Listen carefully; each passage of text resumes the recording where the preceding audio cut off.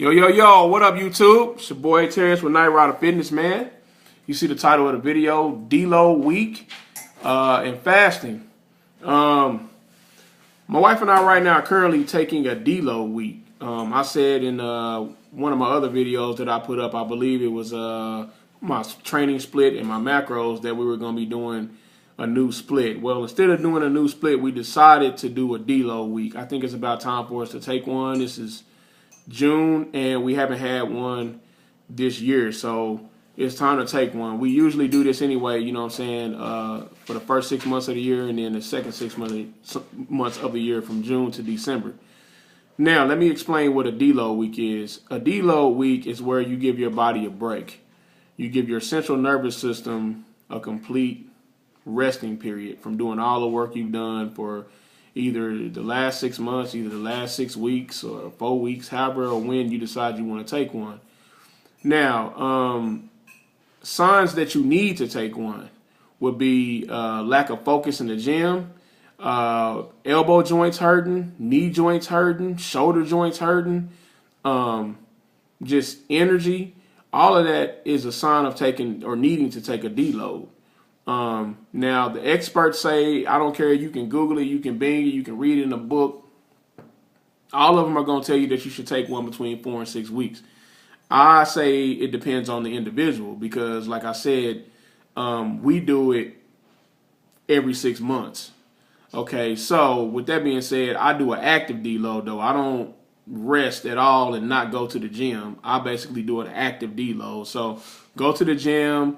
I lower my weight, I lower my reps, and I lower my sets. So the volume is completely lowered. I train with about 60% of 1 rep maxes, and I usually do 20 reps to 25 reps per set.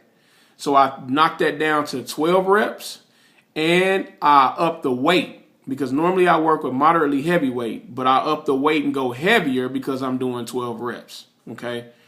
So that's what we do, okay? So a deload is basically giving your body a break, okay? You can choose to do it 4 to 6 weeks, every 4 to 6 weeks, or you can do it like I do every 6 months.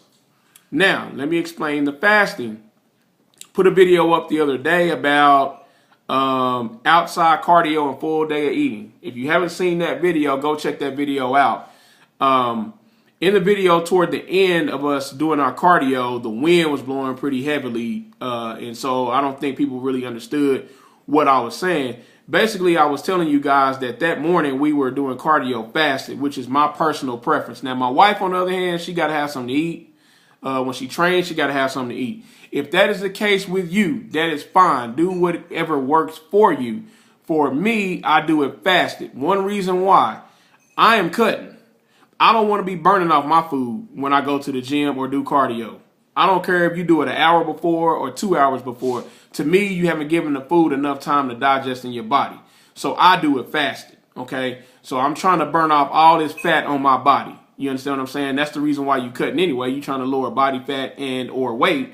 So I do it fasted. Cardio and training, guys. Cardio and training. That's what I do. If you want to try that out, try it out. Comment below and let me know if it works for you. But again, I do it because I want to know that I'm training my body and that my body is burning off fat, not burning off the calories from the food that I just previously ate. Okay, I've been doing that, man, for years, and that's just the way I personally do it. So when you hear me say fasting, that's what I mean. I also try to fast throughout the day with my meals. I do if it fits your macros, or flexible dieting is what I do. And basically, I try to get in all my macros between 2 or 3 meals. The rest of the time, I'm in a fasted state. I'm drinking nothing but liquids, okay? So that's just what I personally do, all right? If you want to try that, then try it out.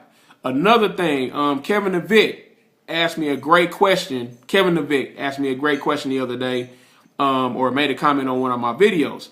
And he said, hey, man, when you're training because of losing strength, do you configure your macros a little differently?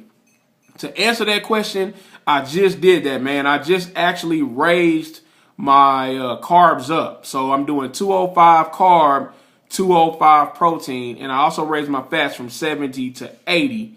And the reason why I raised up my fats and my carbs is to give me more energy, because I train 6 days a week. So to give me a little bit more energy in the gym, and to see how this is going to work with my cut, if it's going to, if I'm going to stall or if I'm going to continue to keep going down like I want to.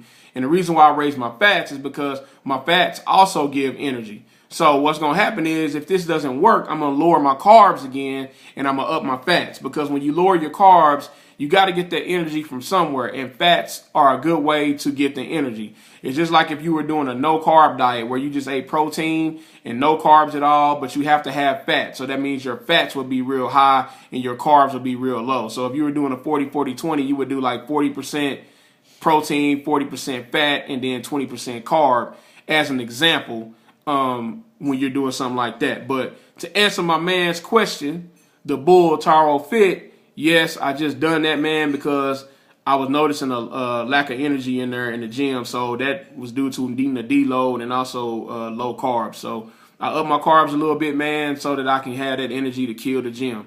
All right, so hope you guys like this video. Hope that may answer some questions for some beginners and intermediates. If you have any other questions, please comment below. Like the video. It don't cost you nothing to hit the thumbs up, man. Share the video. Comment, subscribe. Night Rider Fitness. We out.